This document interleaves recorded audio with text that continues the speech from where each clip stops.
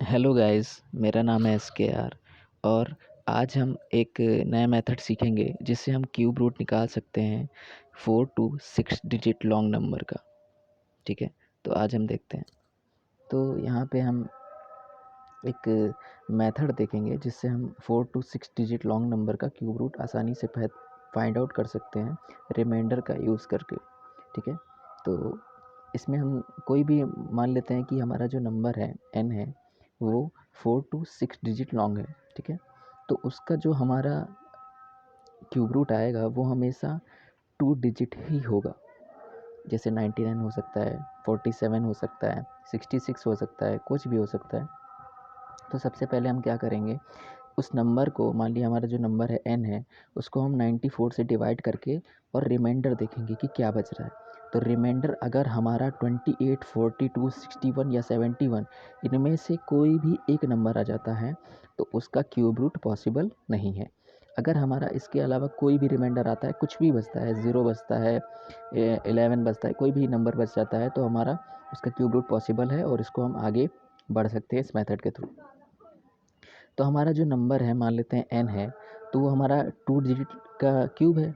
तो जो 2 डिजिट है उसको हम कैसे लिख सकते हैं, 10a प्लस बी, क्योंकि b हमारा वंस प्लेस पे है और 10 हमारा a हमारा टेंस प्लेस पे, इसलिए हम इसको 10a प्लस बी के फॉर्म में लिख सकते हैं।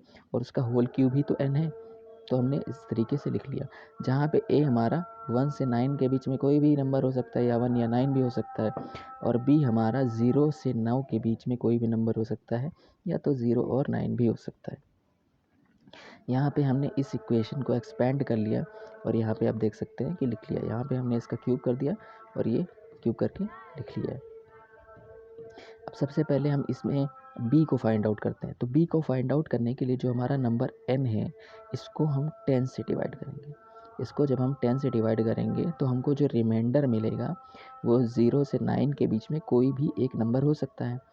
तो यहाँ पे देखते हैं कि 0 का क्यूब 0, 1 का क्यूब 1, 2 का क्यूब 8, 8 का क्यूब 2, 4 का क्यूब 4, 5 का क्यूब 5, 6 का क्यूब 6, 7 का क्यूब 3, 3 का क्यूब 7 और 9 का क्यूब 9।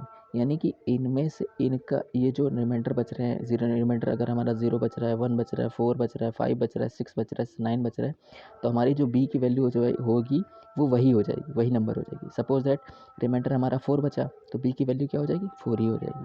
लेकिन अगर हमारा रिमाइंडर 2 बचता है तो b की वैल्यू 8 हो जाएगी, और रिमाइंडर अगर हमारा 8 बचता है तो b की वैल्यू क्या हो जाएगी, 2 हो जाएगी। इन दोनों में रिवर्स होगा, इसमें भी और इसमें भी।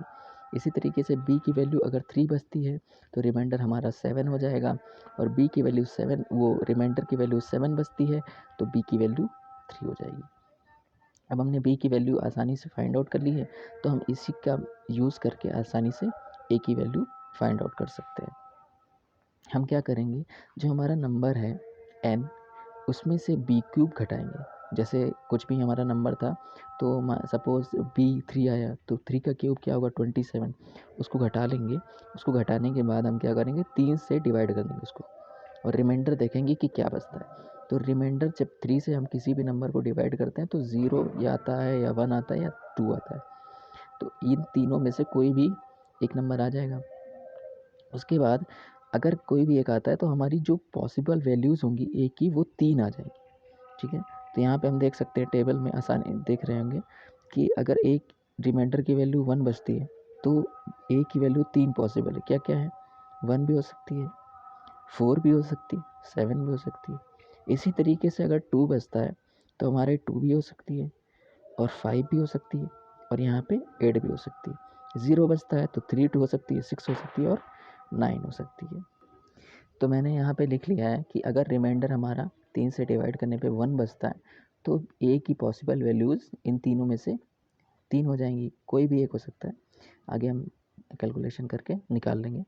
अगर 2 बचता है रिमाइंडर तो ए की वैल्यूज़ ये हो सकती हैं, 2 5 8, और रिमाइंडर हमारा 0 बचता है तो 3 6 और 9, इन तीनों में से कोई भी एक हो सकती है, ये पॉसिबल है। तो ये हमने निकाल लिया। इसके बाद हम क्या करेंगे कि ये जो हमारी इक्वेशन थी, जो हमने इक्वेशन पहले लिखी हुई थी, इसमें से हम बी क्यूब को उठा के इधर लेके आएंगे, और इसका 90, इसको घटा के 94 से डिवाइड करके रिमाइंडर निकालेंगे इस साइड का। ठीक है, और इधर की जो इक्वेशन बची हुई यानी कि ये जो 1000 था और 300 ए स्क्वायर बी था 30 ए बी, इसको हमने क्या किया 94 से डिवाइड करके रिमाइंडर लिख लिया और बार बार हम रिमाइंडर निकालते चले जाएंगे जब तक हमारा रिमाइंडर जो है 94 से कम नहीं आ जाता है, तब तक हम निकालेंगे इसको बार बार और देखेंगे कि दोनों साइड की जो वैल्यूज़ हैं जब वो सेम हो जाएंगी, ए की ऐसी कौन सी वैल्यू, ए और बी की ऐसी कौन सी वैल्यू के लिए दोनों साइड की जो वैल्यूज़ हैं वो अगर सेम हो जाएंगी तो हमको ए और बी तो हमने पहले निकाल लिया था, ए हमको आसानी से मिल जाएगा। एक एग्जांपल के तौर पे हम समझते हैं कि कैसे इसको हम यूज़ करेंगे। हमने देखा कि एक नंबर है 6 डिजिट लॉन्ग नंबर है 185193, इसका हमको क्यूब रूट फाइंड आउट करना है। तो हमने सबसे पहले क्या किया कि 94 से इसको डिवाइड कर दिया और रिमाइंडर देखा क्या बचा, तो रिमाइंडर हमारा 13 आया, 13 रिमाइंडर आया और ये जो है जो हमने 4 नंबर बताए थे उनमें से अलग है तो हम आगे बढ़ सकते हैं। ठीक है, इसका क्यूब रूट क्या है पॉसिबल, तो इसका जो क्यूब रूट होगा वो टू डिजिट होगा। ठीक है, ए बी होगा, तो इसको हम क्या लिख सकते हैं 10a + b के फॉर्म में लिख सकते हैं। अब हम इसमें से b फाइंड आउट करेंगे कि b क्या निकलेगा। तो हम b को फाइंड आउट करने के लिए सबसे पहले क्या करते हैं, इस नंबर को 10 से डिवाइड करके रिमाइंडर देखेंगे, 10 से डिवाइड करेंगे तो रिमाइंडर हमारा 3 बचेगा। और हमने ऊपर पढ़ा था कि 3 के लिए रिमाइंडर जब 3 बचे तो b की वैल्यू क्या होती है 7 होती है। यहाँ पे ऊपर आप देख सकते हैं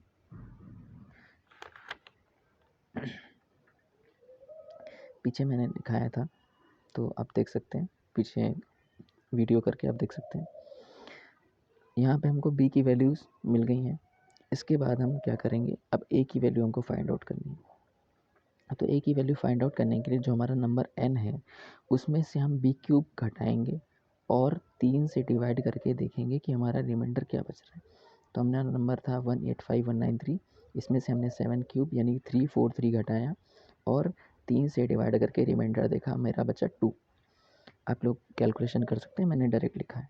तो यहाँ पे जो 2 बचेगा तो उसके लिए हमारी जो मतलब 2 बचेगा, रिमाइंडर 2 बचेगा, उसके लिए जो a की पॉसिबल वैल्यूज़ होंगी वो 3 हो सकती हैं। तो 2 हो सकती है, 5 हो सकती है, 8 हो सकती है। यहाँ पे आप देख सकते हैं मैंने लिखा था कि रिमाइंडर अगर 2 बचे तो पॉसिबल वैल्यूज़ जो a की होंगी वो 2, 5, 8 इन तीनों, ये तीनों हो सकती हैं। अब हमने a की पॉसिबल वैल्यूज़ निकाल ली हैं। अब हम एक एक के लिए चेक करेंगे इस इक्वेशन को और a की रियल वैल्यू मतलब क्या है जो निकलेगी वो निकालेंगे। तो हम सबसे पहले a की वैल्यू 2 लेके देखते हैं इस इक्वेशन में। तो मैंने क्या किया कि यहाँ पे n जो नंबर था उसमें से b क्यूब घटाया और 94 से डिवाइड करके मैंने डायरेक्ट रिमाइंडर निकाल लिया। हमारा रिमाइंडर आया 46, इस साइड का जो रिमाइंडर आ गया 46 आ गया। b की वैल्यू हमने पहले ही निकाल रखी है 7 है, तो यहाँ पे हमने रख दी। यहाँ पे रख के हमने इसको सॉल्व किया, a की वैल्यू 2 रखी और b की वैल्यू 7 रखी। यहाँ पे पूरे को ऐड करके, एक साथ ऐड करके या फिर अलग अलग करके आप 94 से डिवाइड करके भी लिख सकते हैं, जैसे आपको इजी लगे। एक साथ ऐड कर लीजिए तब भी कर सकते हैं, और एक साथ ना ऐड करना चाहें तो इनको मल्टीप्लाई करके 94 से डिवाइड कर करके आप आसानी से यहाँ पे रिमाइंडर निकाल सकते हैं।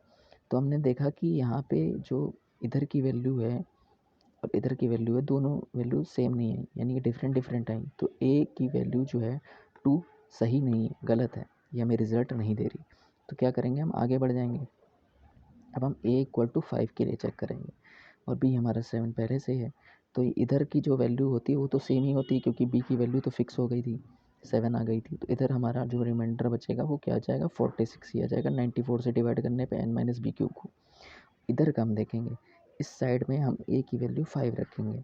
यहाँ पे हमने 5 रखा, सब पूरी इक्वेशन लिखी, उसको हमने 94 से डिवाइड किया और मैंने डायरेक्ट लिखा है, ये हमारा ऐड करके 18,000 आ गया और उसको हमने 94 से डिवाइड करके जब रिमाइंडर निकाला तो हमारा रिमाइंडर बचा 46 और दोनों साइड की वैल्यूज़ हमारी सेम हो गई। जब दोनों साइड की वैल्यूज़ सेम हो गई यानी कि हमने a की सही वैल्यू फाइंड आउट कर ली है, यानी कि इसका क्यूब रूट, इस नंबर का क्यूब रूट जो होगा वो हमारा 57 होगा। a 5 आ गया और b हमारा 7 आ गया।